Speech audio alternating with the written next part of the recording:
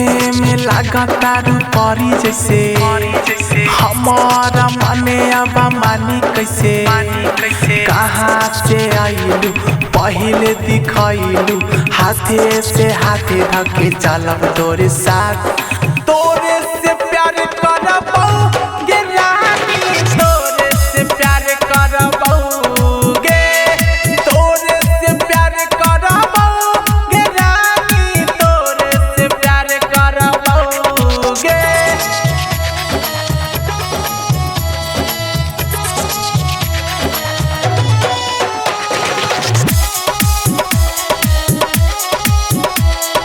DJ Vikas Bettiah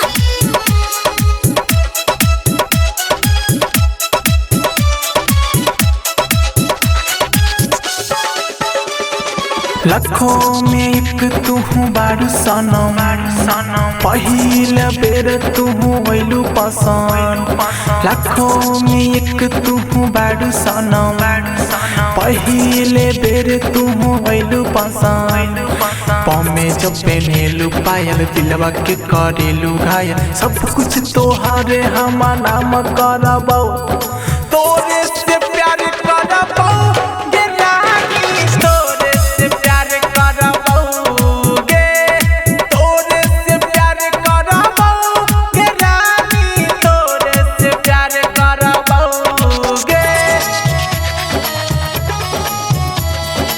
recording studio Mandvi music world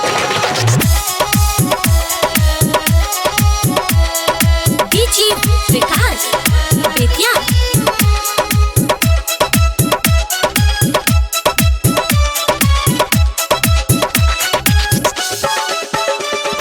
जोड़ी लागल को तोरा हमारे ले जान है के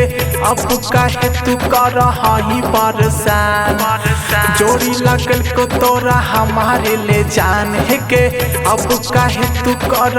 ही परेशान बोलेली जो मीठी बोली दिलावा चाहे हिली चंदने आनंद के है के जान हई तू तोरे से प्यार